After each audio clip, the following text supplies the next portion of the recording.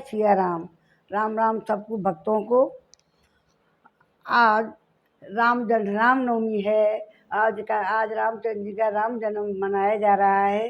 और जब से राम प्राण प्रतिष्ठा हुई है श्री राम की, आज पहली बार राम का जन्म मनाया जा रहा है। राम के घर में आ गए हैं अपने में। आज उनकी पूजा सेवा हुई है। अब रामचंद्र जी की स्तुति कर लें। श्री रामचंद्र की पाल भज मन हरण सब में दारुणम।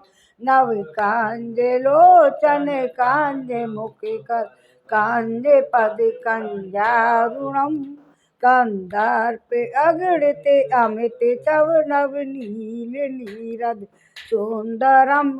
पट पीठ मानव तड़ते रुचि सुचि नौम जनक सुतावरम। बजु दीन बंधु दिनेश दानव दैत्यवंत निकंदनम। रघुनंद आनंद कंद दस कौशल चंद दशरथ नंदनम। तेरे मुकुट कुंडल तिलक चार उदारे अंग विभूषणम। आजान भुज कर चापे धर संग्राम जित कर दूषणम। इत बदित तुलसीदास शंकर शेष मुन मनरंजनम। मम हृदय कंज निवास कुरु कामादि कलिदल गंजनम। मन जागे चई नहीं मिलई सुवर सहज सुंदर सावरो। करुणा निदान सुजान शील तने जानत राविरो।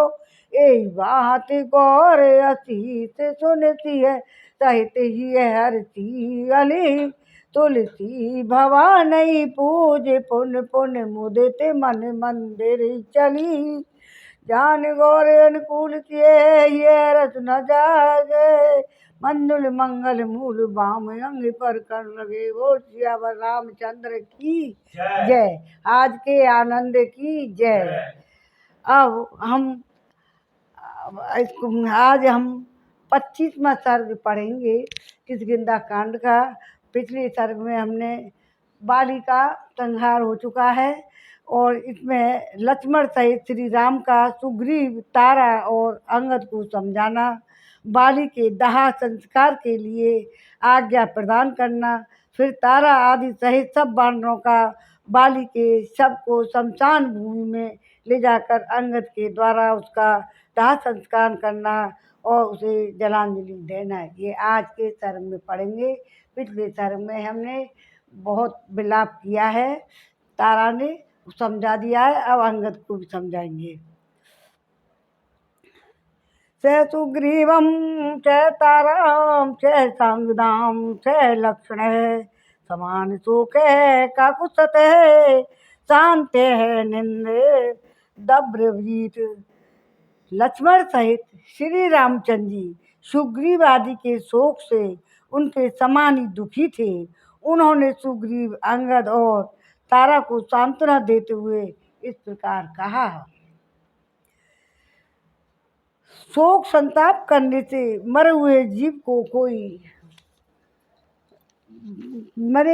की कोई भलाई नहीं होती है।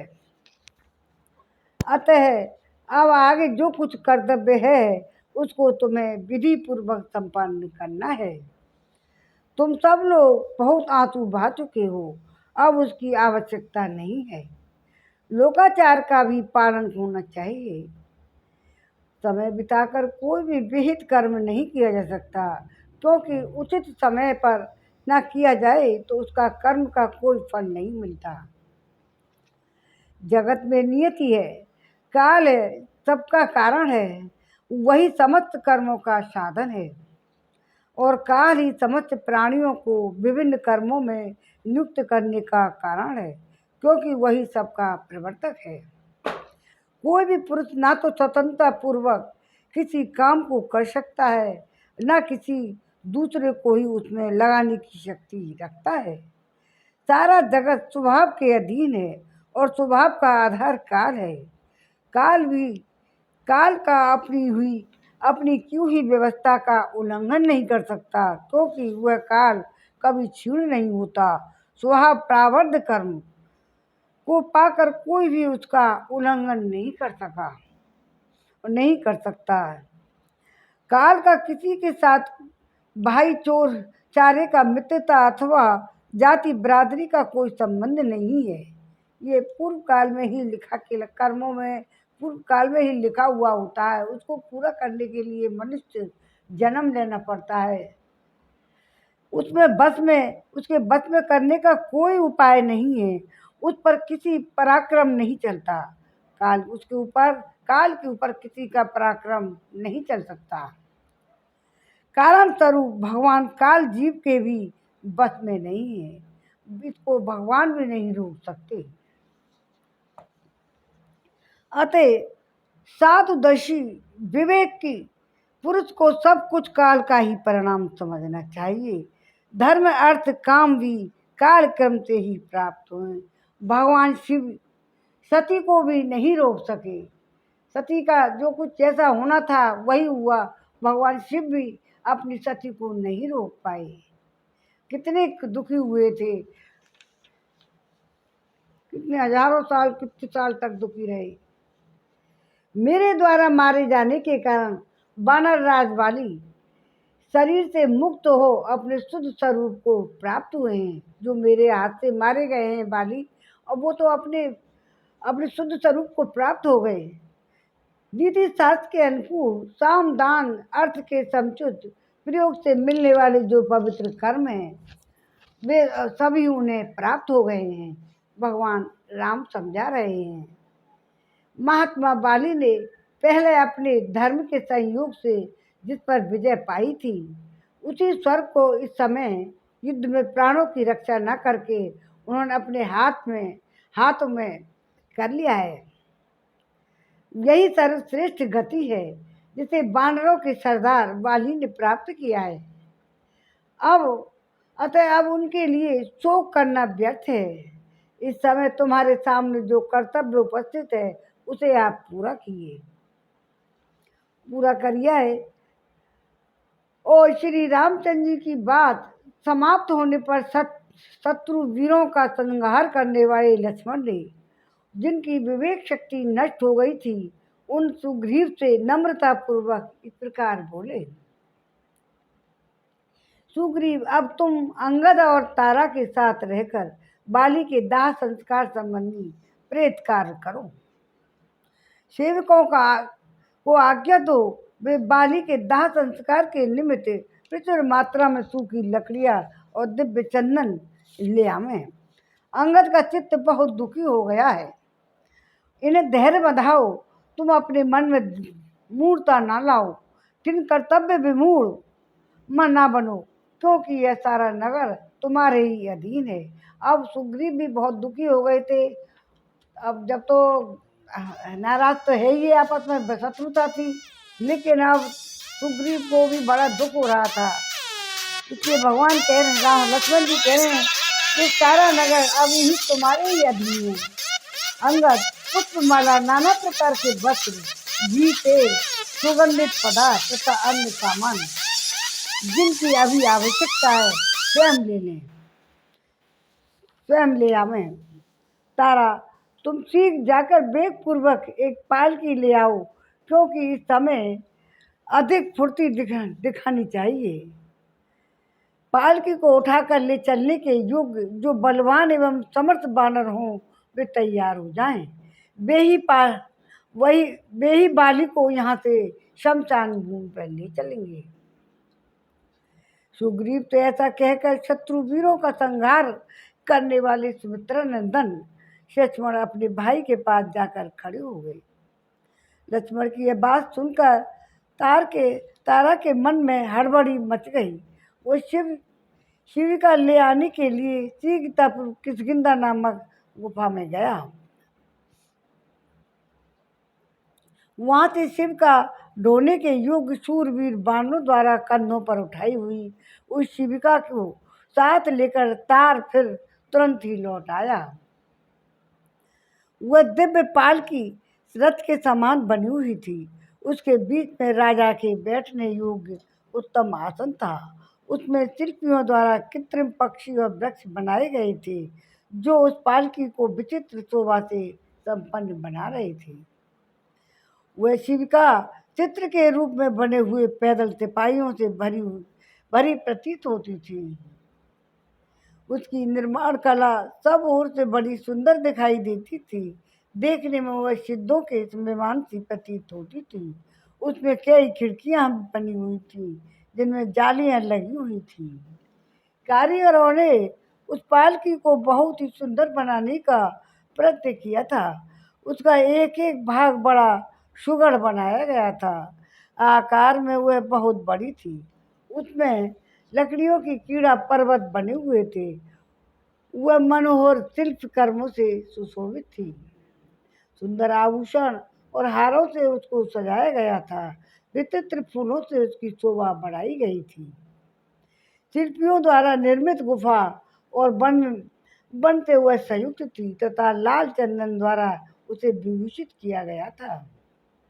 नाना प्रकार के पुष्प समूहों द्वारा वह सब ओर से आच्छादित थी तथा प्रातः काल के सूर्य की भांति अरुण कांति वाली देह दीप्त सतमती पद्म मालाओं से अलंकृत थी।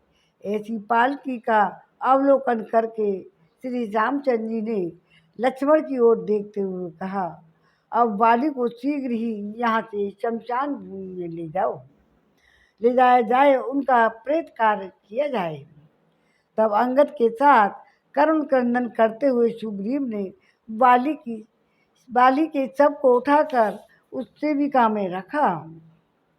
मृत बाली को शिविका में चढ़ाकर उन्हें नाना प्रकार के अलंकारों से और फूलों के गजरों और भांति भांति के वस्त्रों से उन्हें विभूषित किया गया। तदंतर बानरों के स्वामी राजा सुग्रीव ने आज्ञा दी कि मेरे बड़े भाई का औदर दैहिक संस्कार शास्त्रानुकूल विधि से संपन्न किया जाए। आगे आगे बहुत से बानर नाना प्रकार के बहुसंख्यक रत्न लुटाते हुए चले और उनके पीछे शिविका चले। इस भूतल पर राजाओं के औधर दैहिक संस्कार उनकी बढ़ी हुई समृद्धि के अनुसार जैसे धूमधाम से होते देखे जाते हैं, उसी प्रकार अधिक धन लगाकर सब बानर अपने स्वामी महाराज बाली का अंत्येष्टि संस्कार करें। अवतार आदि बानरों ने बाली के औधर दैहिक संस्कार का शीघ्र वैसा ही आयोजन किया। जिनके बांधव वाली मारे गए थे, वे सब के सब बानर अंगद को हृदय से लगाकर शीघ्रता पूर्वक वहां से रोते हुए सबके साथ चले। संसार में कहीं जन्म हो रहा है, कहीं मरण हो रहा है। ये संसार सागर है, इसमें चलता रहता है। और भगवान आज वैसे भगवान का जन्मदिन है, यहाँ बाली का मरण दिन है। उनके पीछे बाली के अधीन रहने वाली सभी बानर पत्नियां समीप आकर हा वीर कहती हुई अपने प्रियतम को पुकार कर बारंबार रोने और चिल्लाने लगी। जिनके जीवन धन का वध किया गया था, वे तारा आदि सब बानरियां करुण स्वर से विलाप करती हुई अपने स्वामी के पीछे पीछे चलने लगी। वन के भीतर रोती हुई उन बानर बंधुओं के रोदन शब्द से गूंजते हुए वन और पर्वत भी सब ओर से रोते हुए से प्रतीत हो रहे थे। पहाड़ी नदी तुंगभद्रा के एकांत तट पर जो जल से घिरा हुआ था, पहुंचकर बहुत से वनचारी बानरों ने एक चिता तैयार की। तदंतर पाल की ढोने वाले श्रेष्ठ बानरों ने उसे अपने कंधे से उतारा। वे सब शोक मग्न हो एकांत स्थान में जा बैठे।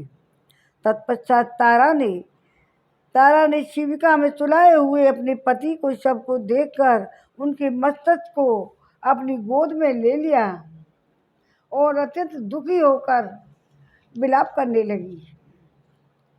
हाँ बानरों के महाराज, हाँ मेरे दयालु प्राणनाथ, हाँ परम पूजनीय महाबाहु वीर, हाँ मेरे प्रियतम, एक बार मेरी ओर देखो तो सही, इस शोक पीड़ित दासी की ओर तुम दृष्टिपात क्यों नहीं करते? बहुत विलाप कर रही है। अब इसमें कई दिन से चल रहा था विलाप, तो अब लास्ट समय।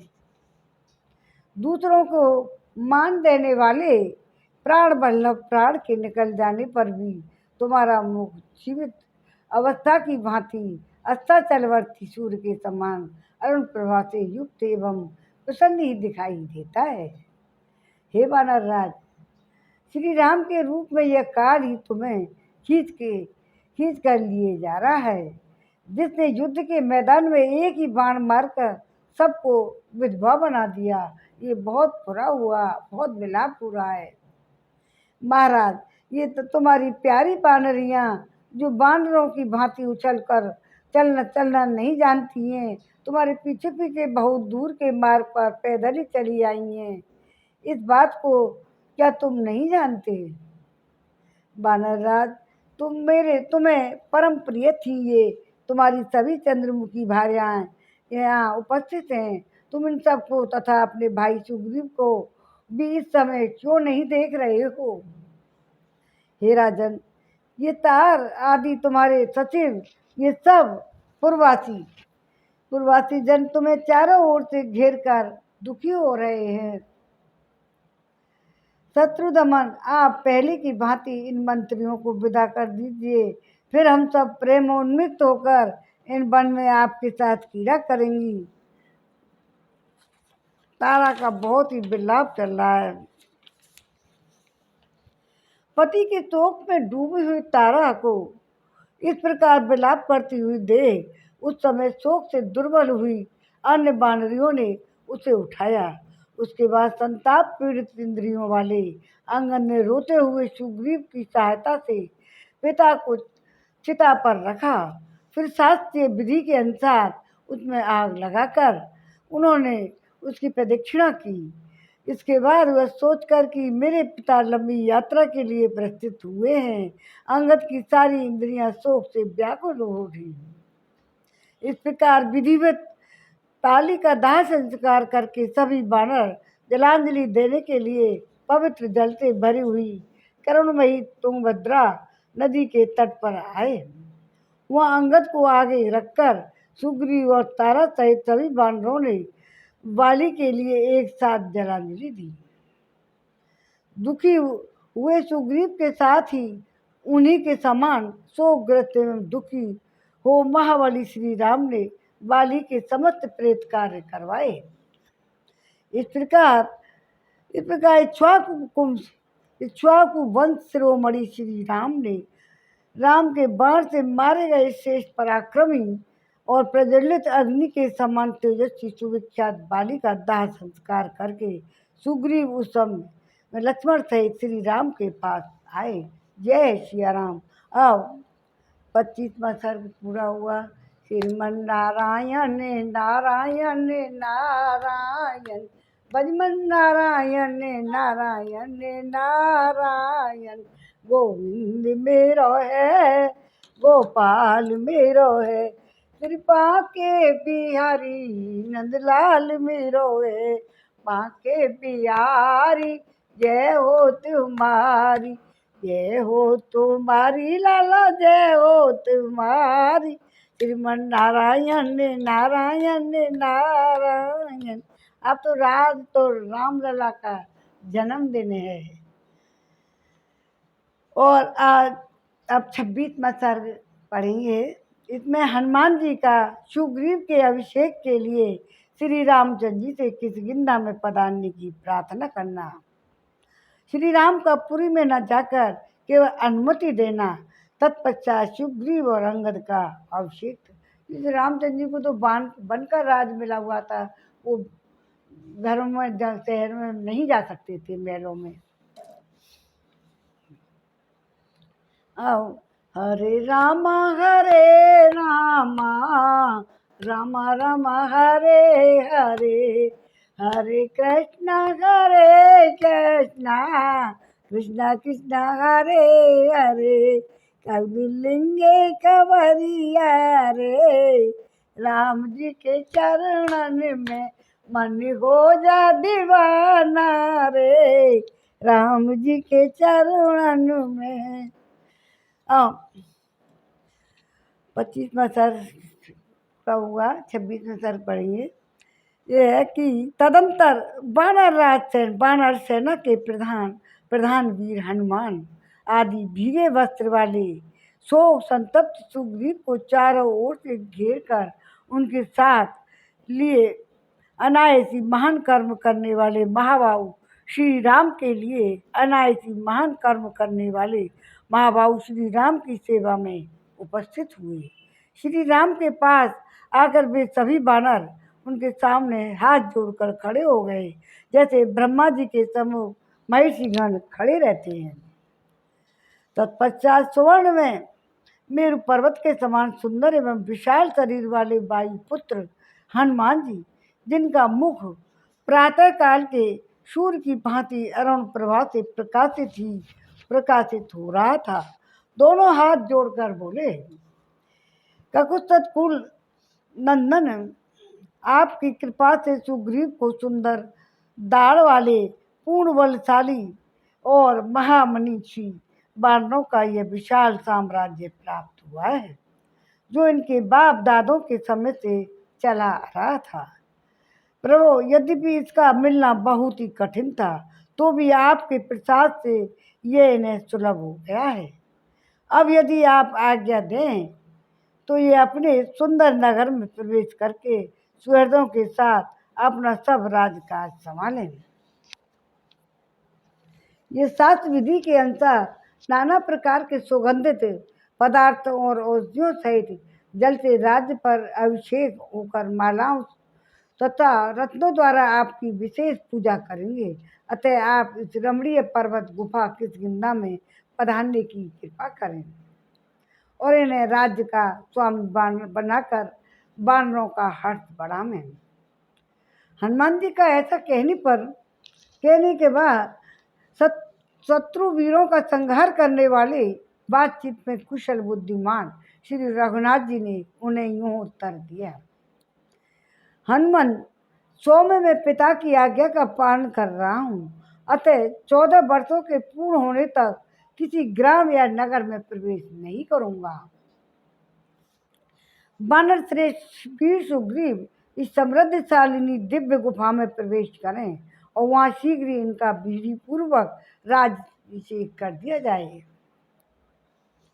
हनुमान से ऐसा कहकर रामचंद्र जी सुग्रीव से बोले, मित्र, तुम लौकिक और शास्त्रीय सभी व्यवहार जानते हो। कुमार अंगद सदाचार संपन्न तथा महान बल पराक्रम से परिपूर्ण है, इन्हें वीरता कूट कूट कर भरी है, अतः तुम इनको भी युवराज के पद पर अभिषिक्त करो। ये तुम्हारे बड़े भाई के ज्येष्ठ पुत्र हैं, पराक्रम में भी उन्हीं के समान है, इनका हृदय उदार है, अतः अंगद युवराज पद के सर्वथा अधिकारी हैं।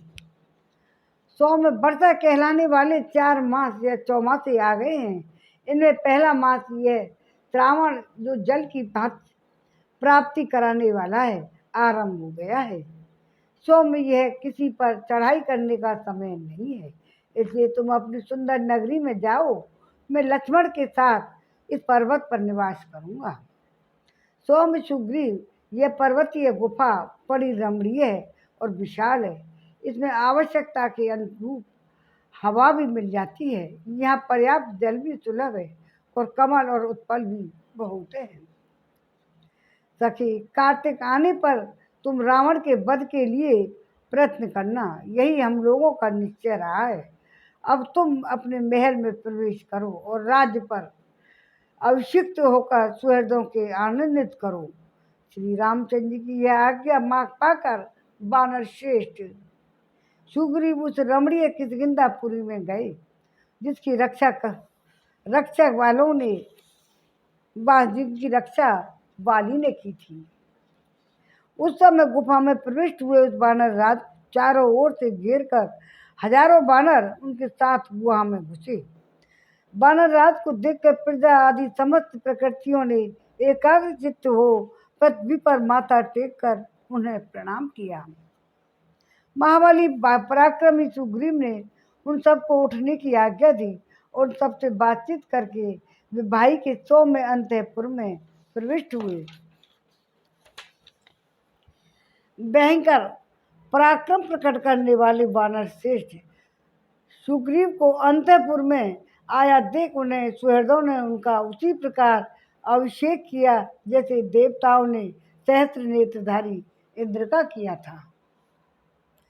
पहले तो वे सब लोग उनके लिए सुवर्ण भूषित श्वेत छत्र, सोने की दाढ़ी वाले 2 सफेद चमर और सब प्रकार के रत्न, बीज, औषधियाँ, दूध वाले वृक्षों की तरह के नीचे लटकने वाली जटाएं, श्वेत पुष्प, श्वेत वस्त्र, श्वेत अनुलेपन, जल और थल में होने वाले सुगंधित फूलों की मालाएं, दिव्य चंदन, नाना प्रकार के बहुत से सुगंधित अक्षत, सोना, प्रियंगु, कंगनी, मधु, घी, दही, ब्याग, चर्म, सुंदर और बहुमूल्य जूते, अनुराग और गोलोचन, मैनिसिल आदि सामग्री लेकर वहां उपस्थित हुई।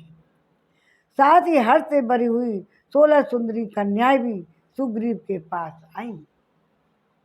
तदंतर उन सब ने श्रेष्ठ ब्राह्मणों को नाना प्रकार के रत्न, वस्त्र और भक्ष्य पदार्थों से संतुष्ट करके वानर श्रेष्ठ सुग्रीव का विधि पूर्वक अभिषेक कार्य संपन्न किया।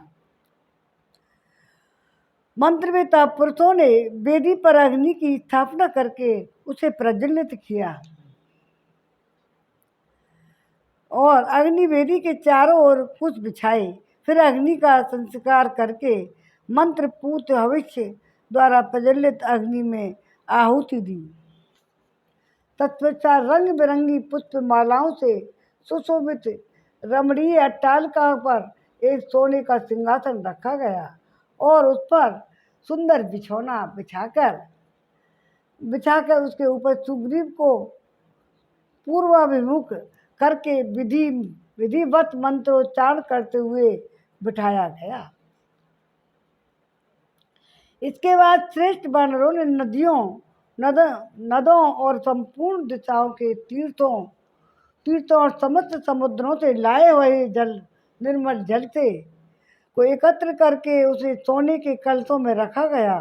फिर गज, गवाक्ष, गवय, सर्व, गंधमादन, वेद, द्विविध, हनुमान और जामवान्य महर्षियों की बताई हुई शास्त्रों के अनुसार स्वर्ण में कलशों में रखे हुए स्वच्छ सुगंधित जल से सांड के सींगों द्वारा सुग्रीव का उसी प्रकार अभिषेक किया जैसे वसुओं ने इंद्र का अभिषेक किया।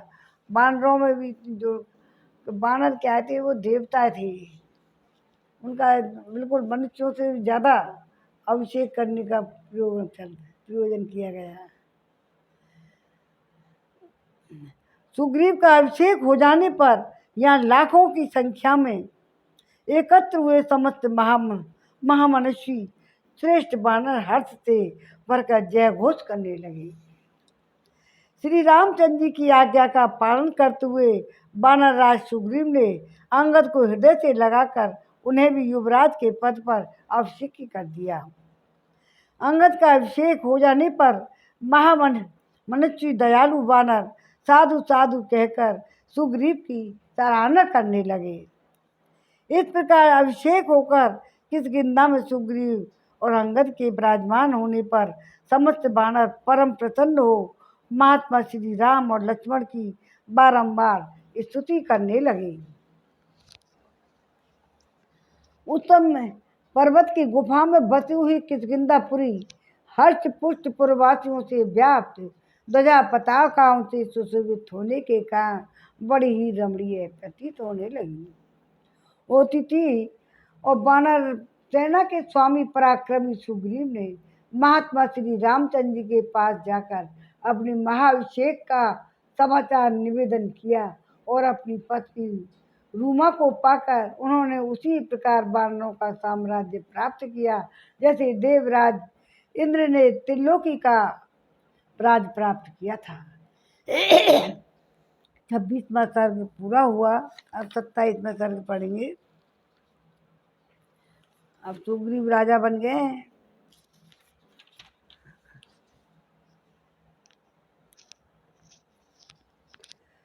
27वें सर्ग में है प्रस्त्रवड़ी गिरी पर श्री राम और लक्ष्मण की परस्पर बातचीत। जब वानर सुग्रीव का राज्याभिषेक हो गया और वे किष्किंधा में जाकर रहने लगे, उस समय अपने भाई लक्ष्मण के साथ श्री राम जी प्रस्त्रवड़ गिरी पर चले गए। वहाँ चीतों और मृगों की आवाज़ गूंजती रहती थी। भयंकर गर्जना करने वाले सिंहों से वह स्थान भरा हुआ था। नाना प्रकार की झाड़ियाँ, लताएं तथा उस पर्वत को आच्छादित किए हुए थी और घने वृक्षों के द्वारा सब ओर से व्याप्त था। लताएं पर्वत को आच्छादित किए हुए थी और घने वृक्षों के द्वारा सब ओर से व्याप्त था। रीछ, बानर, लंगूर, बिलाव जंतु वहाँ निवास करते थे। वह पर्वत मेघों के समूह सा जान पड़ता था। दर्शन करने वाले लोगों के लिए वह सदा ही मंगलमय और पवित्र कारक था। उस पर्वत के शिखर पर एक बहुत बड़ी और विस्तृत गुफा थी। लक्ष्मण सहित श्री राम ने उसी का अपने रहने के लिए आश्रय लिया। रघुकुल का आनंद बढ़ाने वाले श्री राम, निष्पाप श्री रामचंद्र जी, वर्षा का अंत होने पर सुग्रीव के साथ रावण पर चढ़ाई करने का निश्चय करके वहाँ आए थे। उन्होंने लक्ष्मी की वृद्धि करने वाले अपने विनय युक्त भ्राता लक्ष्मण से यह समयोचित बात कही। शत्रुदमन सुमित्रा कुमार, यह पर्वत की गुफा बड़ी ही सुंदर और विशाल है। यहाँ हवा के आने जाने का भी मार्ग है। हम लोग वर्षा की रात में इसी गुफा के भीतर निवास करेंगे। राजकुमार, पर्वत का यह शिखर बहुत ही उत्तम है, रमणीय है। सफ़ेद, काले और लाल हर तरह के प्रस्तर खंड इसकी शोभा बढ़ा रहे हैं। यहाँ नाना प्रकार के धातुओं की खानें हैं। पास ही नदी बहती हैं। उस पर रहने वाले मेंढक भी यहाँ उछलते कूदते चले आते हैं। नाना प्रकार के वृक्ष समूह इसकी शोभा बढ़ाते हैं। सुंदर और विचित्र लताओं से यह शैल शिखर द्वारा हरा भरा दिखाई देता है और भांति भांति के पक्षी चहक रहे हैं तथा सुंदर मोरों की मीठी बोली गूंज रही है। मालती और कुंद की झाड़ियाँ सिंधुवार श्री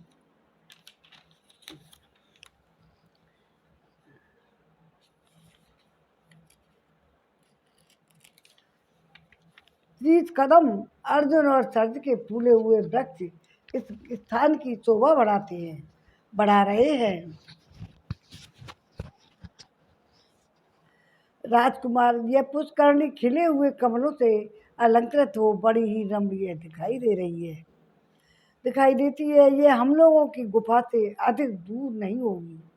सौम्य यहाँ का स्थान ईशान कोण की ओर से नीचा है, अतः यहाँ यह गुफा हमारे निवास के लिए बहुत ही अच्छी रहेगी और बरसात से बचाने के लिए अच्छी भी होगी।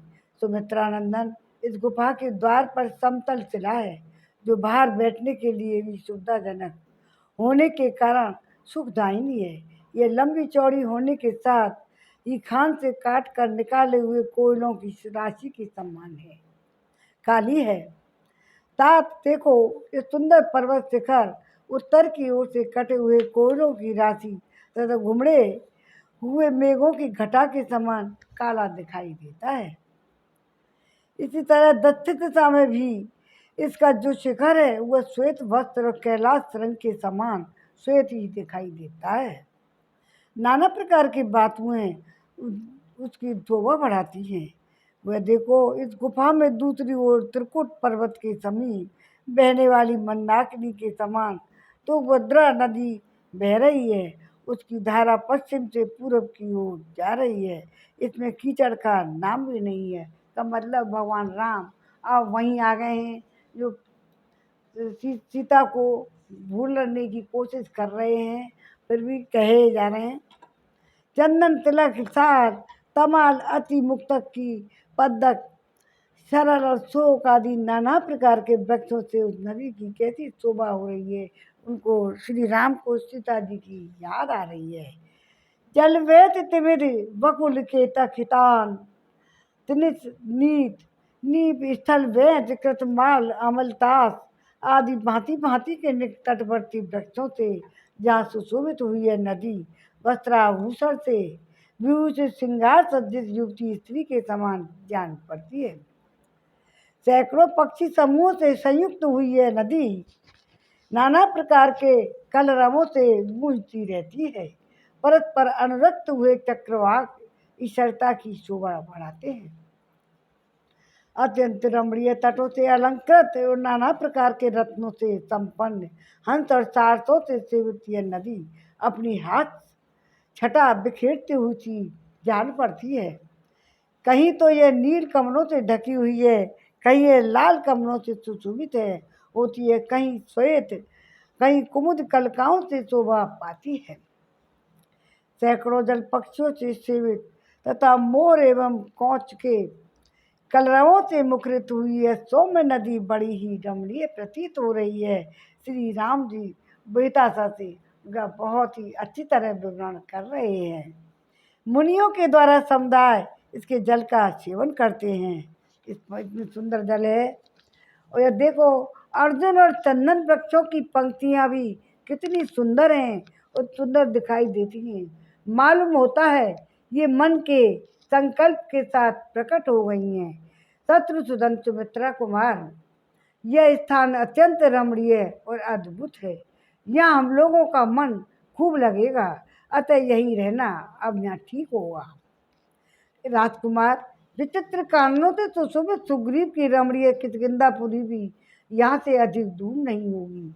विजयी वीरों में श्रेष्ठ लक्ष्मण मृदंग की मधुर ध्वनि के साथ गरजते हुए बानरों के गीत वाद्य का गंभीर घोष यहाँ से सुनाई देता है। निश्चय ही कपश्रेष्ठ सुग्रीव अपनी पत्नी को पाकर राज्य के हस्तगत करके बड़ी भारी लक्ष्मी पर अधिकार प्राप्त करके सुहृदों के साथ आनंदोत्सव मना रहे होंगे।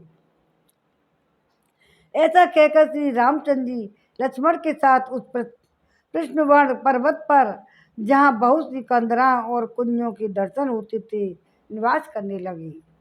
यद्यपि उस पर्वत पर परम सुख प्रदान करने वाले बहुत से फल फूल आवश्यक पदार्थ थे, तथापि राक्षस द्वारा हरी गई प्राणों से भी भड़कर आदरणीय सीता का स्मरण करते ही भगवान श्री राम को वहाँ तनिक भी सुख नहीं मिलता था। सीता की याद उनको सता रही थी। विशेषतः उदयाचल पर उदित होते हुए चंद्रदेव का दर्शन करके रात में सैया पर लेट करने पर भी उन्हें नींद नहीं आती थी। सीता के विजय वियोग जनित शोक से आंसू बहाते हुए वे अचेत हो जाते थे। श्री रामचंद्र जी को निरंतर शोक मग्न रहकर चिंता करते देख दुख में समान रूप से भाग लेने वाले भाई लक्ष्मण उनसे विनय पूर्वक कहा, वीर, इस प्रकार व्यथित होने से कोई लाभ नहीं, अतः आपको शोक नहीं करना चाहिए, क्योंकि शोक करने वाले पुरुष के सभी मनोरथ नष्ट हो जाते हैं। यह बात आपसे छिपी नहीं है। रघुनंदन, आप जगत में कर्म वीर तथा देवताओं का समादर करने वाले आस्तिक धर्मात्मा और योगी हैं। भैया, लक्ष्मण समझा रहे हैं अपने प्यारे भैया को, यदि आप शोक बस उद्यम छोड़ बैठते हैं तो पराक्रम के स्थान स्वरूप सम्रांगण में कुटिल कर्म करने वाले उस शत्रु का जो विशेषतः राक्षस है वध करने में समर्थ ना हो सकेंगे। अतः आप अपने शोक को जड़ से उखाड़ फेंकिए, उद्योग के विचार को सुस्थिर कीजिए, तभी आप परिवार सहित उस राक्षस का विनाश कर सकते हैं। ककुत्सत, आप तो समुद्र हैं, वन और पर्वतों सहित समुची पृथ्वी को भी उलट सकते हैं। फिर उस रावण का संहार करना आपके लिए कौन बड़ी बात है। ये वर्षा काल समय आ गया है, अब शरद ऋतु की प्रतीक्षा कीजिए, फिर राज्य और सेना सहित रावण का वध कीजिएगा। जैसे राख में छिपी हुई आग को हवन काल में आहुतियों आहुतियों द्वारा प्रज्वलित किया जाता है, उसी प्रकार मैं आपके सोए पराक्रम को जगा रहा हूँ। भूले हुए बल विक्रम को याद दिला रहा हूँ। लक्ष्मण के इस शुभ एवं हितकर वचन सराहना करके रघुनाथ जी ने अपने स्नेही सुहृद सुमित्रा कुमार को इस प्रकार कहा। लक्ष्मण, अनुरागी, स्नेही, हितैषी और सत्य पराक्रमी वीर को जैसी बात कहनी चाहिए वैसी ही तुमने कही है। लो, सब तरह के काम बिगाड़ने वाले शौक को मैंने त्याग दिया। अब मैं पराक्रम, विषय, दुर्दर्श, तेज को प्रोत्साहित करता हूँ और बढ़ाता हूँ। राम जी बोले, तुम्हारी बात मान लेता हूँ। सुग्रीव के प्रसन्न होकर सहायता करने और नदियों के जल के स्वच्छ होने की बात देखता हुआ मैं शरत काल की प्रतीक्षा करूँगा। जो वीर पुरुष किसी के उपकार से उपकृत होता है वह प्रत्युपकार करके उसका बदला अवश्य चुकाता है। किंतु यदि कोई उपकार न मानकर भूल भुलाकर भी प्रत्युपकार का में मुंह मोड़ लेता है, वह शक्तिशाली श्रेष्ठ पुरुषों के लिए मन को ठेस पहुंचाता है।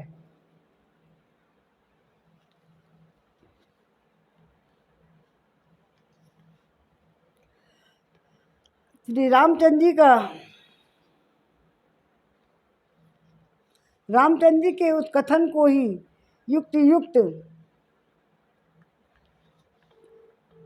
श्री राम जी के कथन को ही युक्त मानकर लक्ष्मण ने उनकी भूरी भूरी प्रशंसा की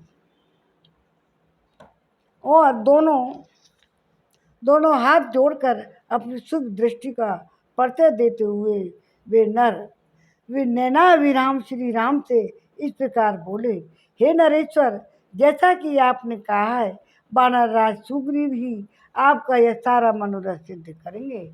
अतः आप शत्रु के संहार करने का दृढ़ निश्चय लिए शरतकाल की प्रतीक्षा कीजिए। इस वर्षा काल के विलंब को सहन कीजिए। क्रोध को काबू में रखकर शरतकाल की राह देखिए। बरसात के 4 महीनों तक जो भी कष्ट हो उसे सहन कीजिए। शत्रु वध में समर्थ होने पर भी इस वर्षा काल को व्यतीत करते हुए मेरे साथ इस सिंह सेवित पर्वत पर निवास कीजिए। श्रीमान नारायण 27वां सर्ग पूरा हुआ और 28वां सर्ग अब कल पढ़ेंगे। श्रीमन नारायण नारायण नारायण, भजमन नारायण नारायण नारायण। गोविंद मेरो है, गोपाल मेरो है, श्री बाके बिहारी नंदलाल मेरो है। बाके बिहारी जय हो तुम्हारी, जय हो तुम्हारी लाला, जय हो तुम्हारी। हरे राम राम राम हरे हरे, हरे कृष्णा कृष्ण कृष्ण हरे हरे। कौलिंगे खबरिया रे, राम जी के चरणन में मन हो जा दीवाना रे। राम जी के चरणन में आज राम की आरती कर लो। राम सिया राम सिया राम सिया राम, जय राम सिया राम सिया राम सिया राम। अयोध्या अयोध्या अयोध्या आए मेरे प्यारे राम, बोलो जय जय श्री राम।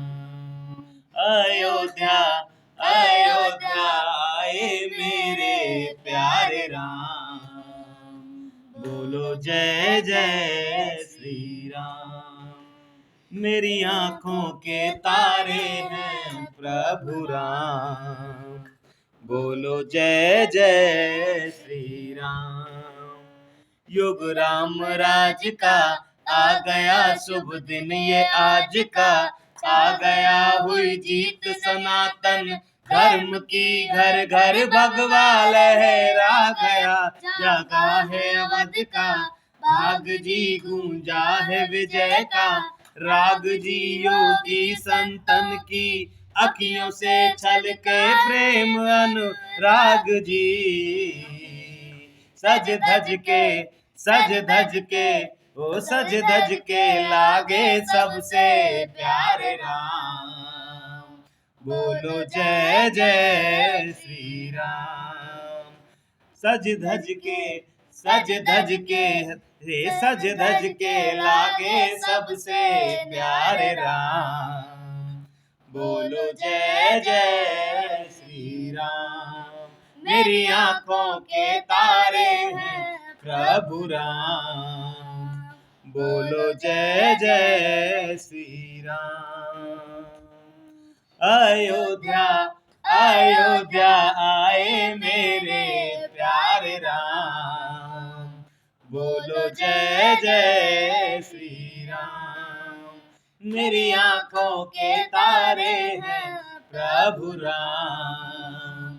बोलो जय जय श्री राम।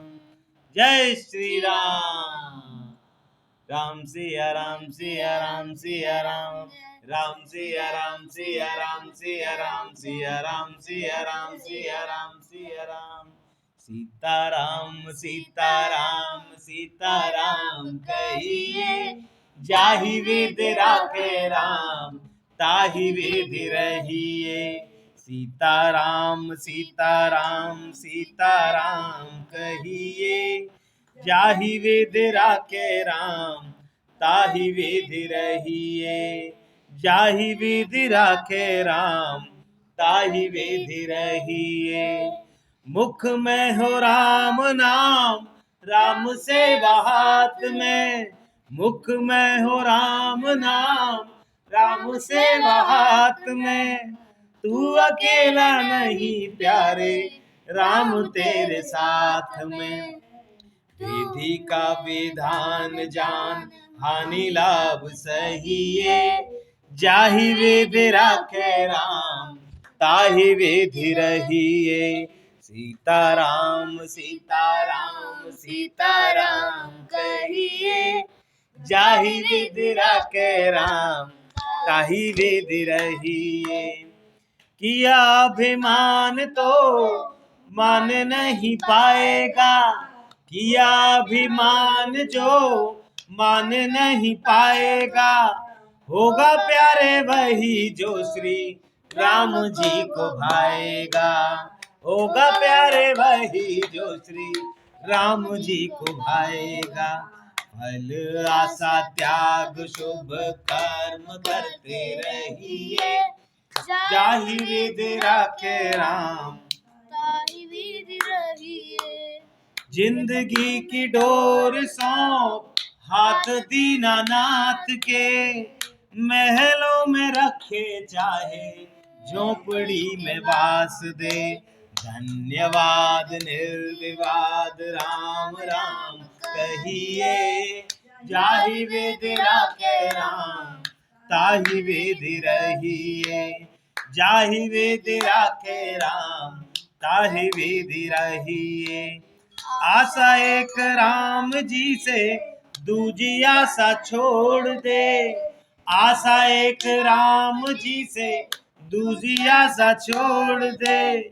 नाता एक राम जी से दूजा नाता तोड़ दे।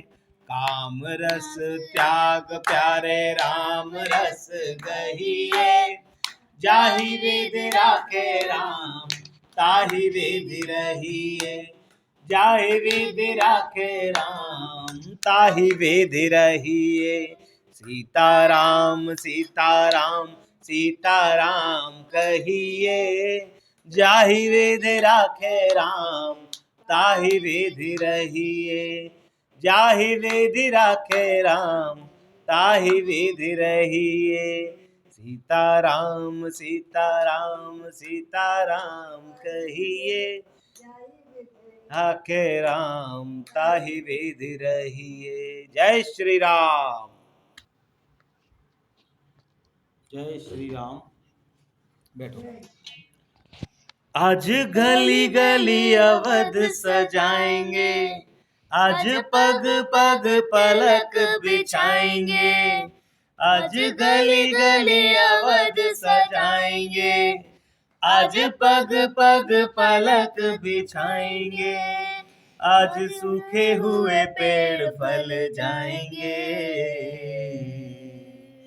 नैना भीगे भीगे जाए कैसे खुशी मनाए राम आएंगे, कुछ समझ न पाए कहाँ फूल बिछाए राम आएंगे। नैना भीगे भीगे जाए कैसे खुशी छुपाए राम आएंगे, कुछ समझ न पाए जरूर बिछाए राम आएंगे। 7 जन्मों के दुख कट जाएंगे, आज सरयू के तट मुस्काएंगे, मोर नाचेंगे पपीहे आज गाएंगे। आज दसों ये दिशाएं जैसे शगुन मनाए राम आएंगे, नैना भीगे भीगे जाए कैसे खुशी छुपाए राम आएंगे। कभी ढोल बजाए कभी डाल सजाए राम आएंगे, जाके आसमानों से तारे मांग लाएंगे, कौशल्या के लल्ला जी सभी पे तुम लुटाएंगे। 14 साल जो रोके आंसू अब बहाएंगे, अवध में राम आएंगे हमारे राम आएंगे। आज दसों ये दिशाएं जैसे शगुन मनाए राम आएंगे, नैना भीगे भीगे जाए कैसे खुशी ये छुपाए राम आएंगे। कौशल्या के लल्ला जी समीप पे सब लुटाएंगे, जाके आसमानों से तारे मांग लाएंगे।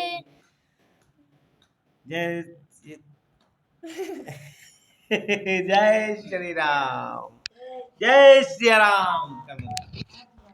अब आरती करेंगे।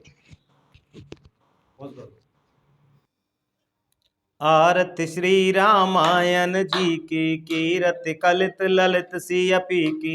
आरती श्री रामायण जी की, कीरत कलित ललित सियपी की। गावत ब्रह्मादिक मुनि नारद, वाल्मीकि विज्ञान विशारद। सुख सनकादि शेष अर सारद, वरन पवन सुत कीरतिनी की। आरती श्री रामायण जी की, संतन गावत शंभु भवानी। असुघट संभव मुनि विज्ञानी, व्यास आदि कवि पुंज बखानी। काक भुसंड गरुण के ही की।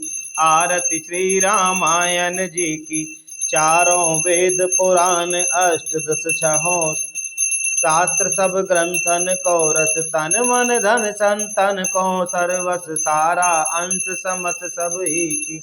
आरती श्री रामायण जी की, कीरत कलित ललित सियपी की। कलिमल हरन विषय रस फीकी, सुभग सिंगार मुक्ति जुबती की। हरन रोग भव भूरि अमी की, तात मात सब विधि तुलसी की। आरती श्री रामायण जी की, कीरत कलित ललित सियपी की। बोल सियापति रामचंद्र की जय।